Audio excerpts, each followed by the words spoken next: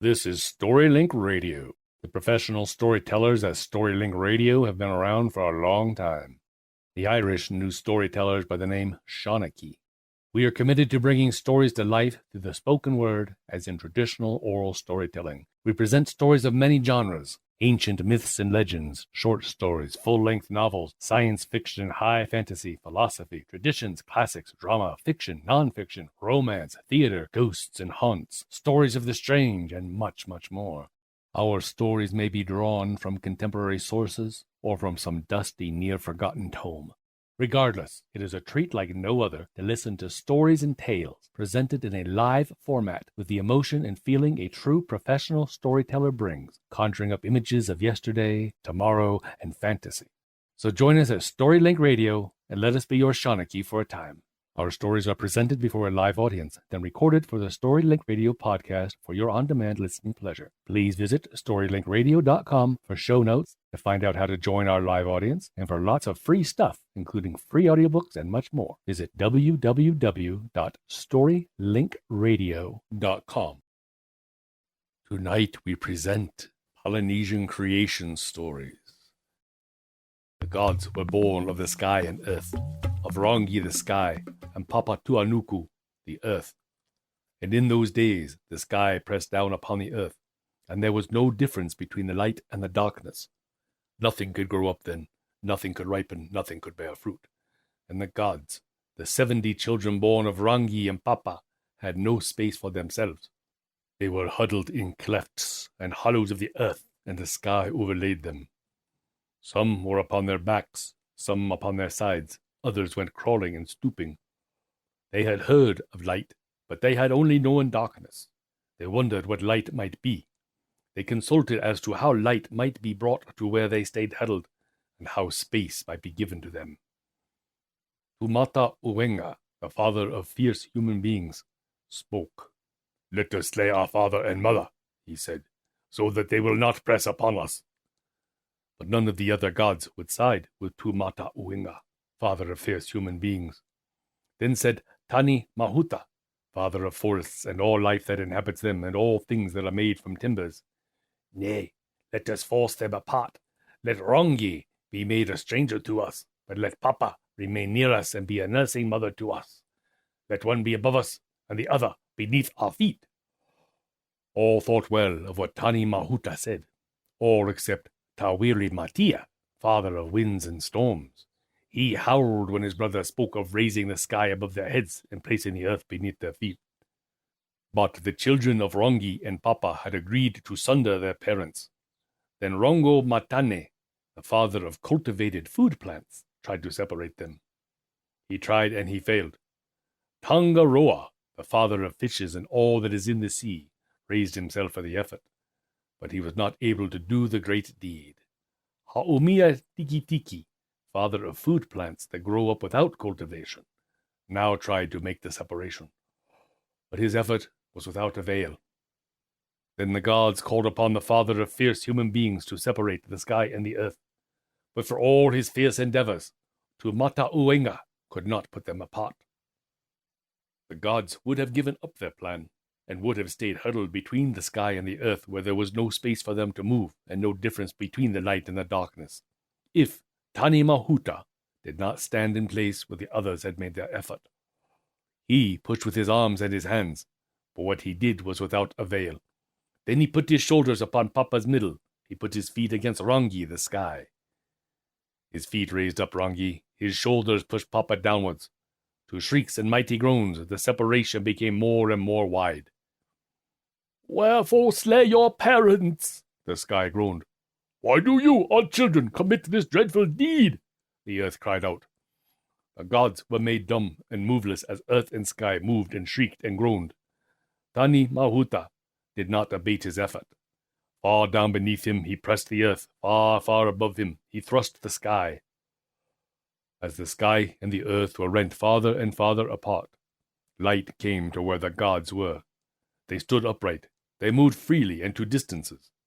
The sky and the earth stayed where they were, far from each other. Now plants and trees grew up. There was maturity. There was ripening of fruit. The human race came into existence. and men moved here and there upon the earth. And for all the time sky and earth were set apart. But still, from the tops of wooded mountains, the size of Papa Toanuku rise up to Rongi. Then Rongi drops tears upon her bosom, tears that men know as drops of dew. Maui, the fire-bringer. When Maui, the last of her 5 sons, was born, his mother thought she would have no food for him. So she took him down to the shore of the sea. She cut off her hair, and she tied it around him, and she gave him to the waves. But Maui was not drowned in the sea. First of all, the jellyfish came. It folded him in its softness and kept him warm while he floated on. And then the god of the sea found the child and took charge of him. He brought him to his house and warmed and cherished him. And little Maui grew up in the land where lived the god of the sea. But while he was still a boy, he went back to his mother's country. He saw his mother and his 4 brothers, and he followed them into a house. It was a house that all the people of the country were going into. He sat there with his brothers, and when his mother called her children to take them home, she found this strange child with them. She did not know him, and she would not take him with the rest of the children. But Maui followed them, and when his 4 brothers came out of their own house and found him outside, and they played with him. At first they played hide and seek, but then they made themselves spears from canes, and then they began throwing the spears at the house. Now the slight spears did not go through the thatch of grass that was at the outside of the house. And then Maui made a charm over the cane that was his spear, a charm that toughened it and made it heavy. He flung it again, and a great hole was made in the grass thatch of the house. His mother came out to chastise the boy and drive him away. But when she stood at the door and saw him standing there, looking so angry, and when she saw how he was able to break down the house with the throws of his spear, she knew in him the great power that his father had, and she called to him to come into the house.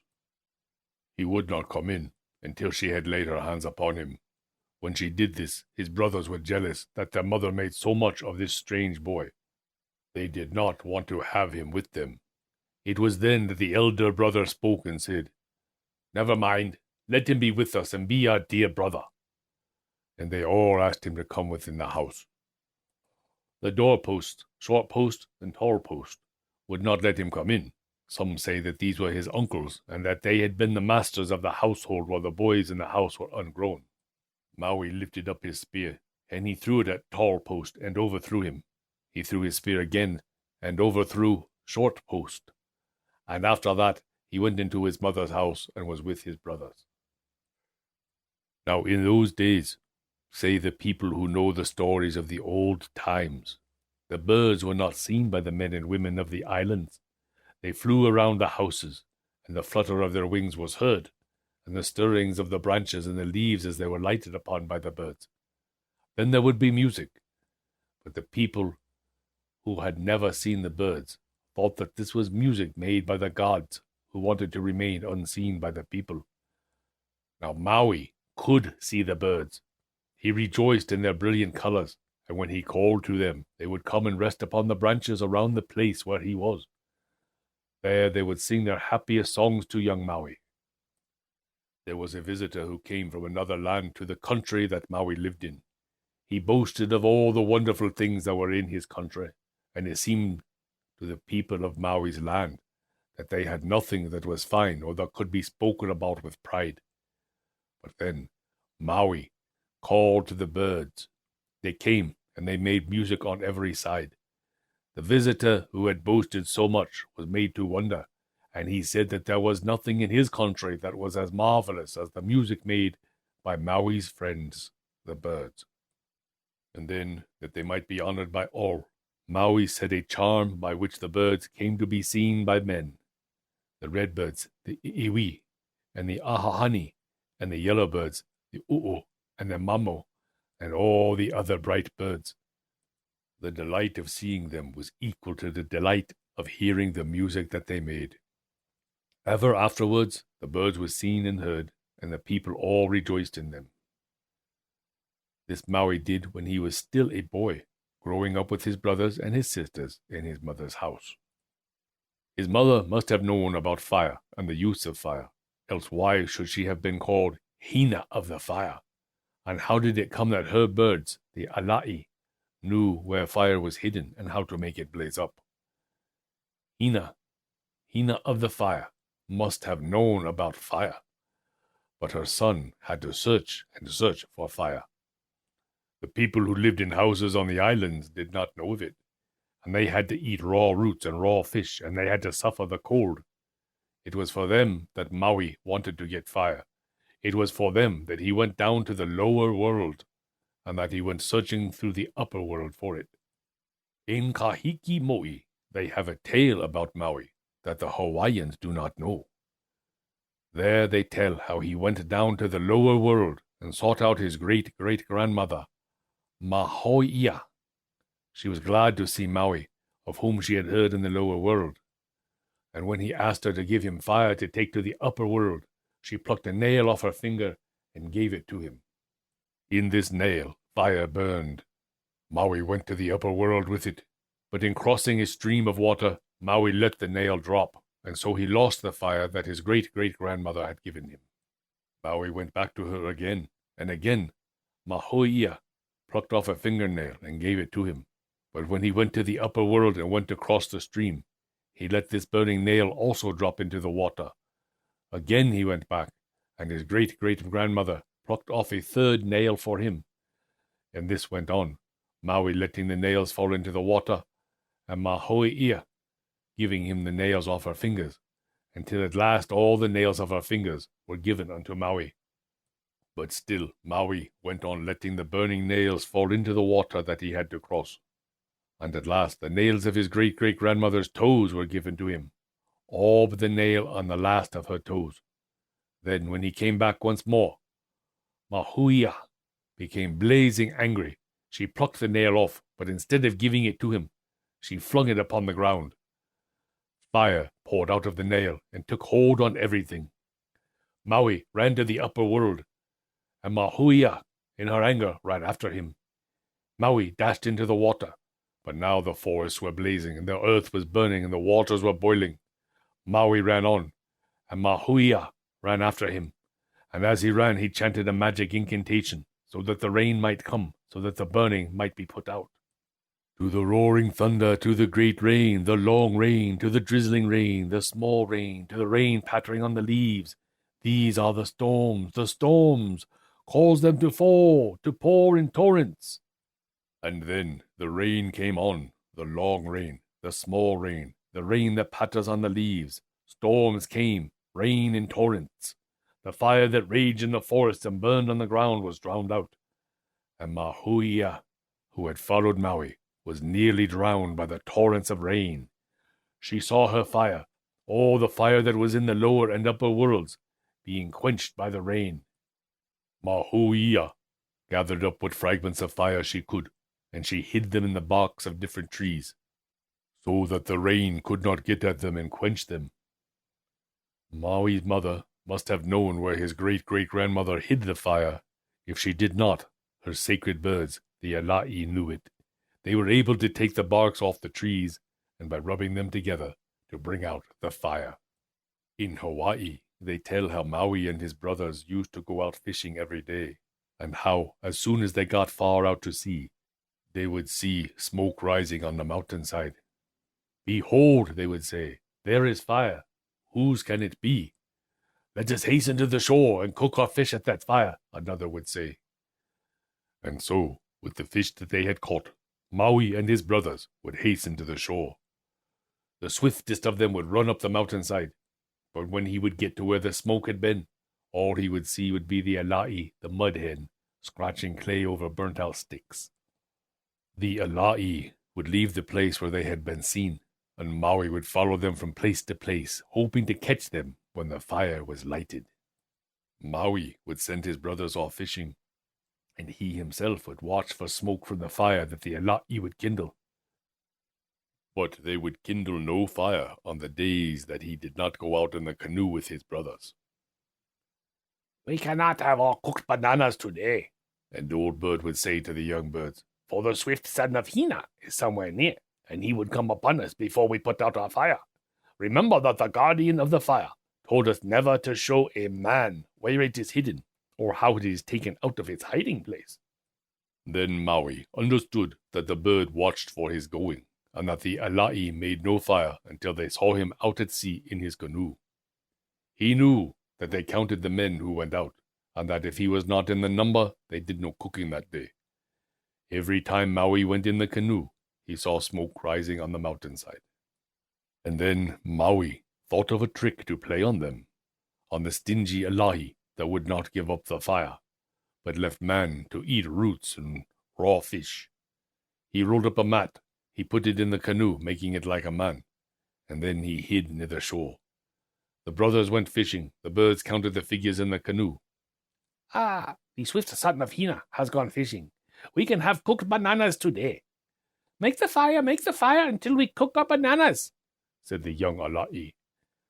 And so they gathered the wood together, and they rubbed the barks, and they made the fire. The smoke rose up from it, and swift Maui ran up the mountainside. He came upon the flock of birds just as the old one was dashing water on the embers. He caught her by the neck and held her. "I will kill you," he said, "for hiding fire from the men." "If you kill me," said the old alai, "there will be no one to show you how to get fire." "Show me how to get fire," said Maui, "and I will let you go." The cunning alai tried to deceive Maui. She thought she would get him off his guard, that he would let go of her, and that she could fly away. "Go to the reeds and rub them together, and you will get the fire," she said. And so Maui went to the reeds and rubbed them together, but still he held the bird by the neck. Nothing came out of the reeds but moisture. He squeezed her neck. "If you kill me, there will be no one to tell you where to get the fire," said the cunning bird, still hoping to get the son of Hina off his guard. "Go to the taro leaves and rub them together, and you will get the fire." Maui held to the bird's neck. He went to the taro leaves and he rubbed them together, but no fire came.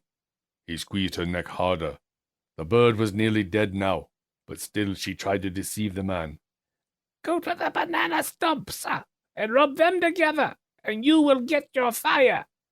And so Maui went to the banana stumps and rubbed them together, but still no fire came.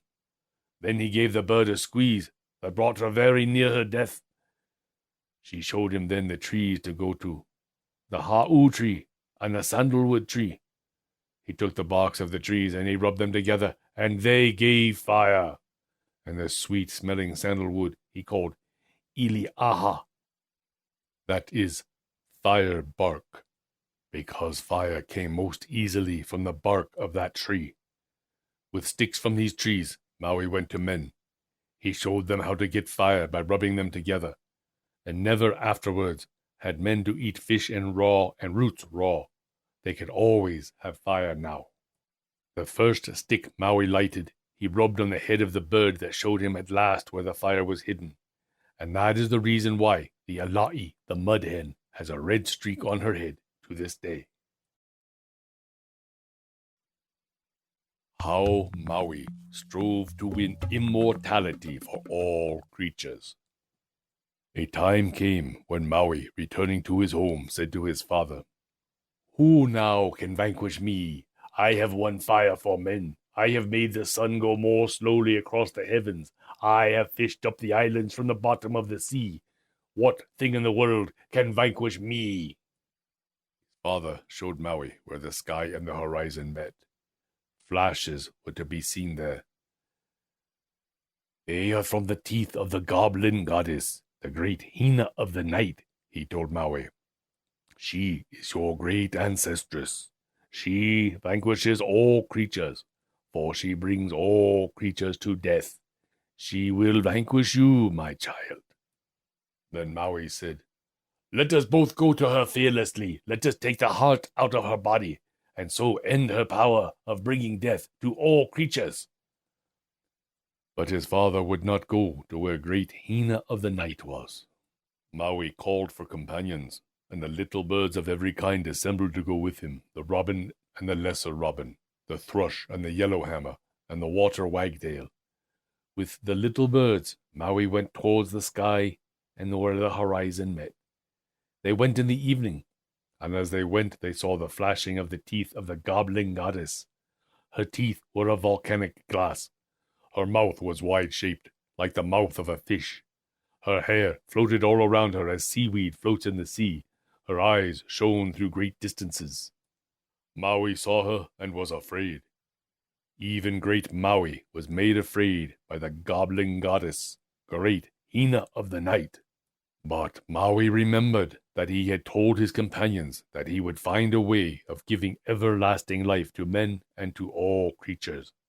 He thought and he thought on how he could come to her and take the heart out of her body.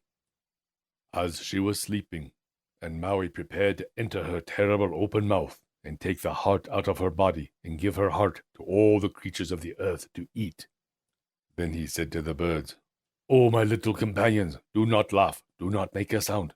When you see me go into the mouth of this great goblin goddess, laugh, make sounds if you will when you see me come out bearing the heart of my ancestress, great Hina of the night." The little birds gathered around him, shivering, and said, "Oh, our brave master, we will not laugh, we will not make a sound. But oh, take care of yourself, master." Maui twisted the string of his weapon around his waist. He stripped his clothes off. The skin of his legs and hips was mottled like that of a mackerel from where the tattoo marks that had been cut upon it by the chisel of Uitanga. Maui stood there naked, and then he went within the jaws of the great Hina of the night. He passed the fearful teeth that were sharp like volcanic glass. He went down into her stomach. He seized upon her heart. He drew it out, and he came back as far as the jaws. He saw the sky beyond her jaws. A little bird that often laughed tried hard not to laugh when it saw him go within the jaws of the goblin goddess. It twisted up its mouth to prevent its laughing. And then it laughed. The little Waka Waka, the water wagtail, laughed its merry note. The goblin goddess, great Hina of the night, opened her eyes. She started up. She caught Maui between her fearful teeth, and she tore him across. There was darkness then, and the crying of all the birds. And thus died Maui, with the meat of immortality in his hands. And since his death, no one has ventured near the lair of Hina Nui Tepo, the goblin goddess. Pele, Hawaii's goddess of volcanic fire. Pele, the goddess, came up out of her pit in Kīlauea. No longer would she sit on the lava hearth below with skin rugged and blackened, with hair the color of cinders and with reddened eyes. No longer would she seem a hag whom no man would turn towards. She came up out of the pit, a most lovely woman. Pele's many sisters were at her side, and each of them was only less lovely than was Pele upon that day. They stood each side of her because it was forbidden to come behind the goddess or to lay a hand upon her burning back. Pele and her sisters stood at the crater's edge. Around them was the blackened plain, but below them was Puna, with the surf breaking upon its beach, and with its lehua groves all decked with scarlet blossoms. This land was Pele's. She had made it, and she had the power to destroy it. She had power in the heavens too, for her flames reached up to the skies. All the gods, even the great gods, Ku, Kani, Kaniloa, and Lono, were forced to follow her when she left Kahiki, the land beyond the vastness of the ocean, and came to Hawaii. Kīlauea, on Hawaii's island, was the home she had chosen. And now she came out of the pit, and she said to her many sisters, "Come, let us go down to the beach at Puna, and bathe, and feast, and enjoy ourselves." Her sisters rejoiced, and they went down with her to the beach. And when they had bathed and feasted, and had sported themselves in the water along the beach, Pele went into a cavern and laid herself down to sleep. She said to the sister who was always beside her, to the sister who was named Hi-iaka of the fire bloom, "Let me sleep until I awake of my own accord. If any of you should attempt to waken me before, it will be death to you all."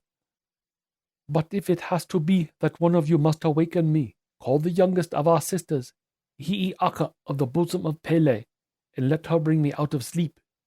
So Pele said, and she lay in the cavern and slept.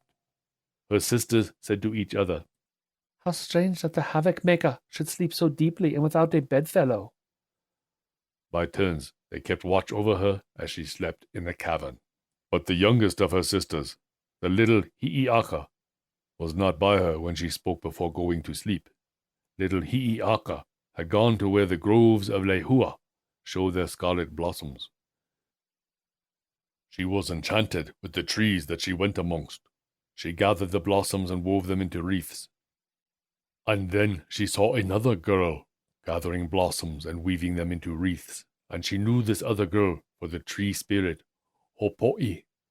And Hopoi, seeing Hi-iaka, danced for her. These two became friends. They danced for each other, and they played together. And never had Hi-iaka, the little sister of the dread goddess, known a friend that was as dear and as lovely as Hopoi. Hopoi, whose life was in the grove of the Lahuas. As for Pele, the goddess, she slept in the cavern, and in her sleep she heard the beating of a drum. It sounded like a drum that announces a hula. Pele's spirit went from where she slept. Her spirit body followed the sound of that drum. Over the sea, her spirit body followed that sound. Her spirit body went to the island of Kauai. There she came to a hall sacred to Laka. A hula was being performed there, and as a most lovely woman, Pele entered that hall. All the people who were assembled for the hula turned to look upon her, and in that hall Pele saw Prince Lohiau. He was seated on a dais, and his musicians were beside him. Pele, advancing through the hall filled with wondering people, went to where he was. Prince Lohiau had her sit beside him. He had tables spread to feast her. Pele would not eat, and yet she must have come from a very great distance, the people said around her. For if a woman so beautiful lived on this island, we would surely have heard her spoken about. Prince Lohiau would not eat either.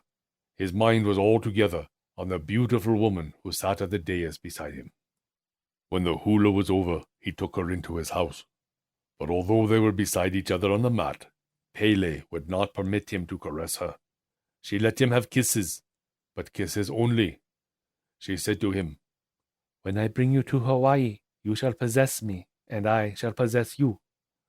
He tried to grasp her and hold her, but she rose in her spirit body and floated away, leaving the house, leaving the island, crossing the sea, and coming back to where her body lay in the cavern in Puna.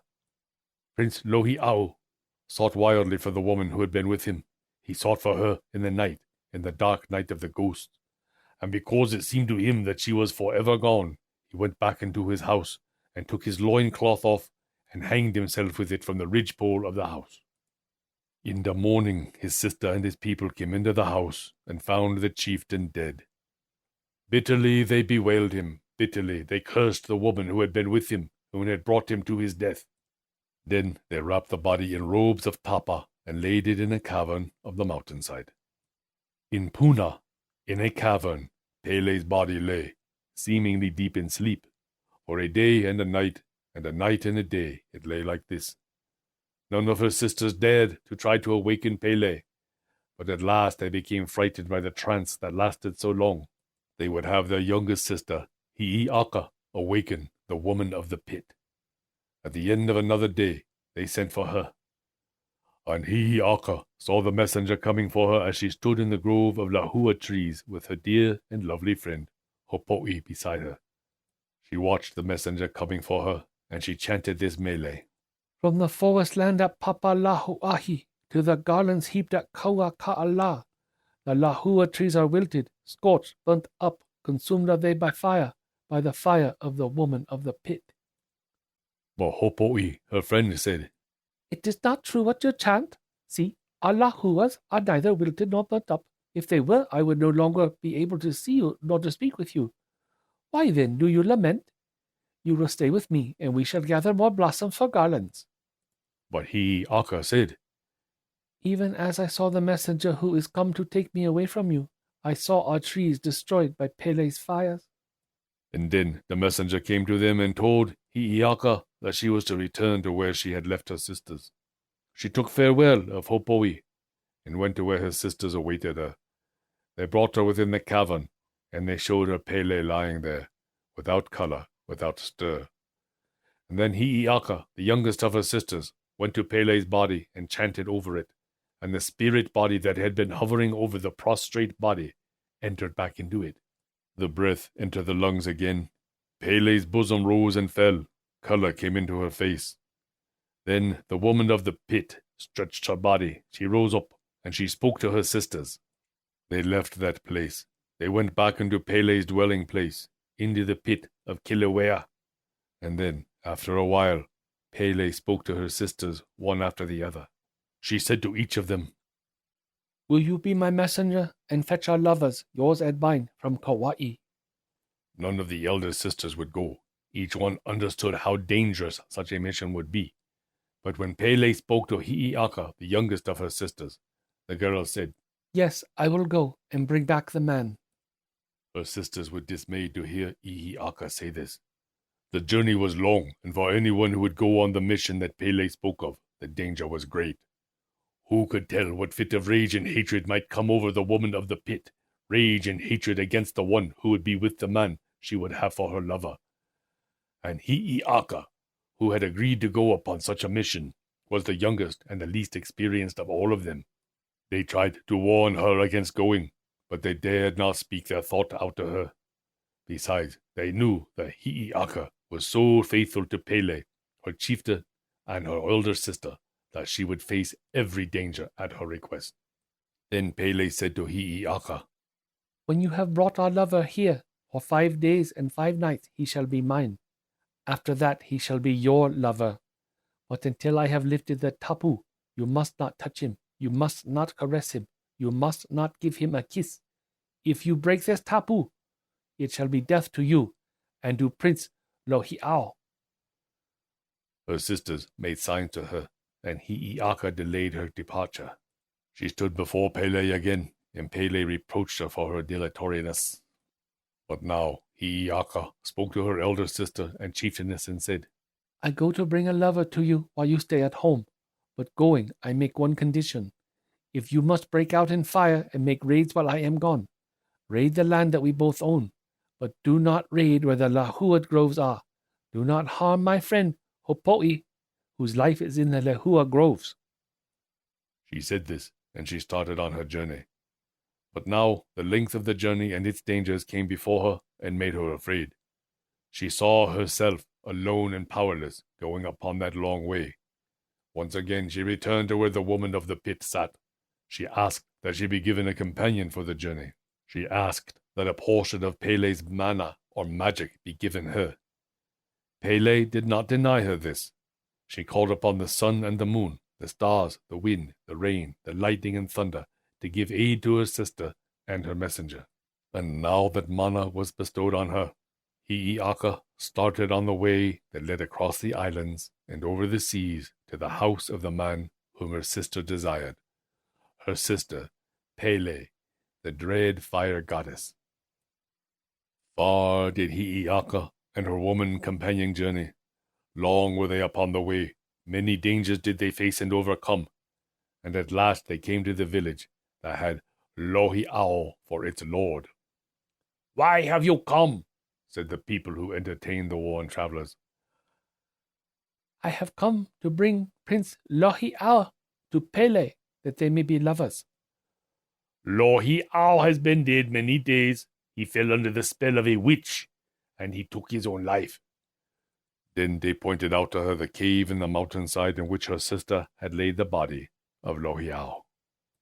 Then was Hi-iaka greatly stricken, but she knew together all the power that she had, the power that Pele had endowed her with, and looked towards the cave in the mountain. And she saw something hovering around the cave, and she knew it, thin and wan as it was, for the ghost body of Lohi'au. She knew that she had to bring that ghost body back to the body that lay in the cave, and she knew that all the toils she had been through would be nothing to the toils that this would entail. Hi-iaka raised her hands towards the cave, and she uttered a chant to hold that ghost body in the place. But as she looked, she saw that the ghost body was even more thinned and wan than she had thought. She was frightened by its shadowiness. The voice that came to her from the cave was as thin and faint as the murmur that the land shell gives out. She answered it back in a voice that was filled with pity. My man of the wind-driven mist, or rain that plunges clean as a diver, what time the mountain stream runs cold adown the steps at Kīlauea, where we shall ere long climb together, with you, my friend, with you, companion of the pitchy night, when heavenward turns my face, thou art, indeed, my man. With her woman companion, she came to the mountainside. The sun was going down. They would barely have time to climb the ladder that was there and go into the cavern before the night fell. Then the ladder was taken away by witches who bore an enmity to Hi-iaka, and the ghost body of Lohi'au wailed thinly and more faintly. Hi-iaka chanted an incantation that held the sun from sinking down, and while the sun stayed to give them light, she and her companion toiled up the cliff. They came to the entrance of the cave. Hi-iaka caught in her hand Lohi'au's ghost body. They went within. Hi-iaka directed her companion to take hold of the dead feet. The fluttering ghost body that she held in her hand she brought to the eye socket and strove to make it pass through at that place. With spells she strove to make the soul particle pass on. It went within. It reached the loins. It would pass no farther. Hi-iaka forced it on. It went to the feet. The hands began to move. The eyelids quiver. And then breath came into the body. Hi-iaka and her companion lifted it up and laid the body on a mat. With restoring herbs, Hi-iaka and her companion swathed the body from head to foot. But her companion said, He will not recover in spite of all that you have done. I will make an incantation, Hi-iaka said. If it is rightly delivered, life will come back to him. And then she chanted, Ho, comrades from the sacred plateau! Ho, comrades from the burning gulf! Hither fly with art and cunning. Ku, who fells and guides a warboat. Ku, who pilots us through dreamland. All ye gods of broad Hawaii, Kanaloa, guard well your tapus. Candle maker, candle snuffer. Goddess, too, of passion's visions. Lightning red all heaven filling. Pitchy darkness turn to brightness. Lono, come, thou god of fire. Come too, thou piercing eye of rain.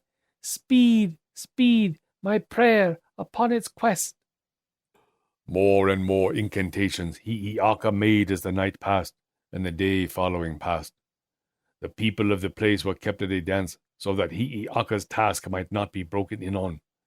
She made her last and her mightiest incantation, and the soul particle stayed in the body, and Prince Lohi'au lived again. They brought him to the entrance of the cave. 3 rainbows arched themselves from the mouth of the cave, and adown these 3 rainbows Prince Lohi'au, Hi-iaka, and her companion went. To the beach they went, and in the ocean the 3 performed the cleansing rite. And now that the toils of the journey and the toils of restoring the man to life were past, Hi-iaka thought upon the groves of Lehua, upon her dear and lovely friend, Hopoi. And now that the time had come for her to make the journey back, she turned towards Hawaii, and she chanted, Oh, care for my parks of Lahua, how they bloom in the upland Kali'u. Long is my way and many a day before you shall come to the bed of love. But hark the call of the lover, the voice of the lover, Lohi'au. And when they had passed across many of the islands, and had crossed their channels, and had come at last to Hawaii, Hi-iaka sent her companion before her to let Pele know that Lohi'au was being brought to her. And when she had come with Lohi'au to the eastern gate of the sun, when she had come to Puna, she went swiftly ahead of Prince Lohi'au that she might look over her own land. Pele had broken out in her fires, in spite of the agreement she had made with her sister and her messenger. She had wasted with fire the Lahua groves. No tree now stood decked with blossoms. And the life of Hopoi, Hi-iaka's dear and lovely friend, was ended with her lahua groves. Blackness and ruin were everywhere. Hi-iaka looked upon. She stood in a place that overlooked her well-loved land, and all the bitterness of her heart went into the chant that she made then. On the heights of Pohaki I stand and look forth on Puna. Puna, pelted with bitter rain, veiled with a downpour black as night. Gone, gone are my forests, lohuas whose bloom once gave the birds nectar. Yet they were ensured with a promise. And then she said, I have faithfully kept the compact between myself and my sister. I have not touched her lover. I have not let him caress me. I have not given him a kiss. But now that compact is at an end. I am free to treat this handsome man as my lover, this man who has had desire for me, and I will let Pele, with her own eyes, see the compact broken. When he came to where she was, she took his hand. She made herself kind to him. She told him she had been longing for the time when her companion would have gone, and they two would be together. Hand in hand, they went over the blackened and wasted land. They came to where an unburnt lehua grew upon a rock. There Hi-iaka gathered blossoms to make a wreath for Lohiau. And on the terrace of Kahoali'i, where they were in full view of Pele and her court, she had him sit beside her. She plaited wreaths of lahua blossoms for him.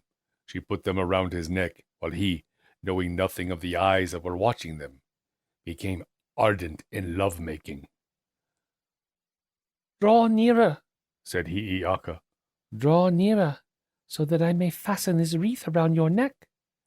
She put her arm around the neck of Lohiau, her body inclined towards his. She drew him to herself.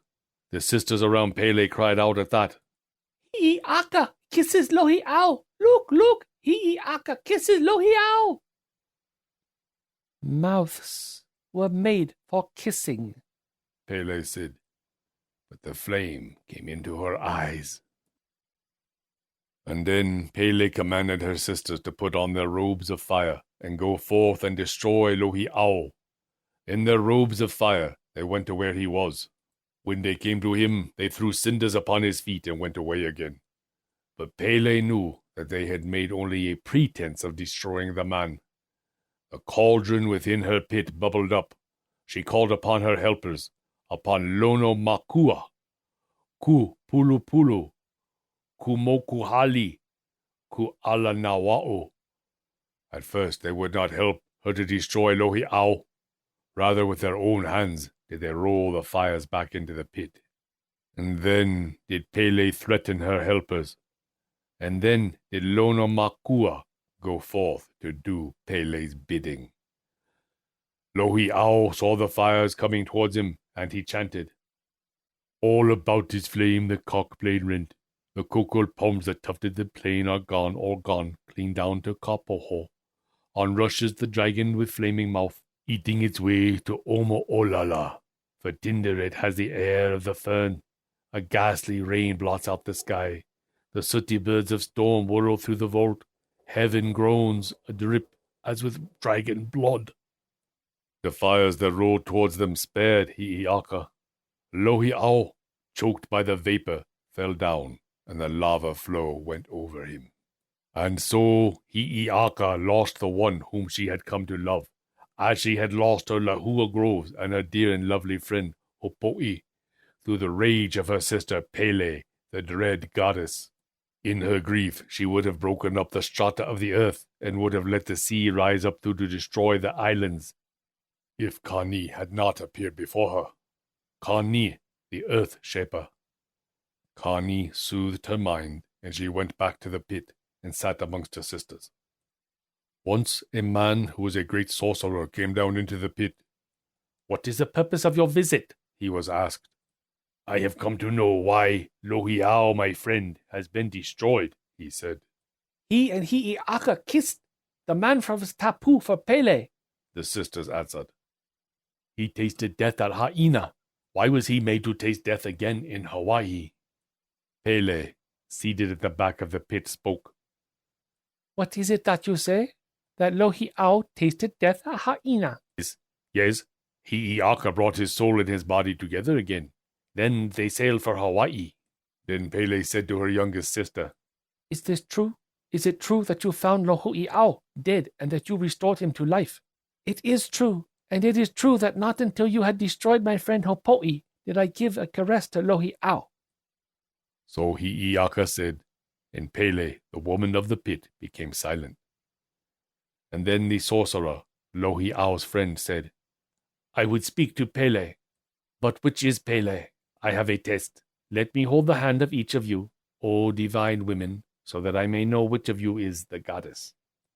He took the hand of each of Pele's sisters. He held the hand to his cheek. He held the hollow palm to his ear. Each hand that was given to him had only a natural warmth when he put it to his cheek. Then he took the hand of a hag, whose skin was rugged and blackened, whose hair was the color of cinders, whose eyes were red. The hand was burning on his cheek.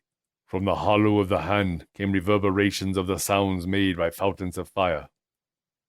This is Pele, said the man, and he bent down and adored her. Then Pele, loving this man who was Lohi'au's friend, and knowing that Hi-iaka had been faithful in her services to her, softened, and would have Lohi'au brought to life again. But only one who was in far Kahiki possessed the power to restore Lohi'au to life. This was Kani Milohai, Pele's brother. And Kani Milohai, coming over the waters in his shell canoe, found Lohi'au's spirit, in the form of a bird, flitting over the waters. He took it, and he brought it to where Lohi'au lay. He broke up the lava in which the body was set. He reformed the body out of fragments, restoring it to the lineaments that Lohi'au had. And then he brought the spirit back into the body. And afterwards it happened that Hi-iaka, wandering where the lahua groves were growing again, and knowing that after dire destruction a new world had come into existence, heard the chant. Puna's plain takes the color of scarlet, red as heart's blood, the bloom of lahua.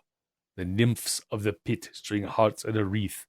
Oh, the pangs of the pit, Kīlauea. Hi-iaka went to where the chant came from. She discovered Lohi'au restored to life once more. With him she wandered through the land below Kīlauea. Men and women were peopling the land, and the gods of the pit were not now so terror-inspiring. You have just heard Polynesian Creation Stories. Thank you for listening to StoryLink Radio. If you like what you've just heard, we hope you will subscribe to our podcast and pass along our web address, www.storylinkradio.com. Be sure to visit our website for show notes, to find out how to join our live audience, and for lots of free stuff, including free audiobooks and much more. Join us next time for another story from StoryLink Radio.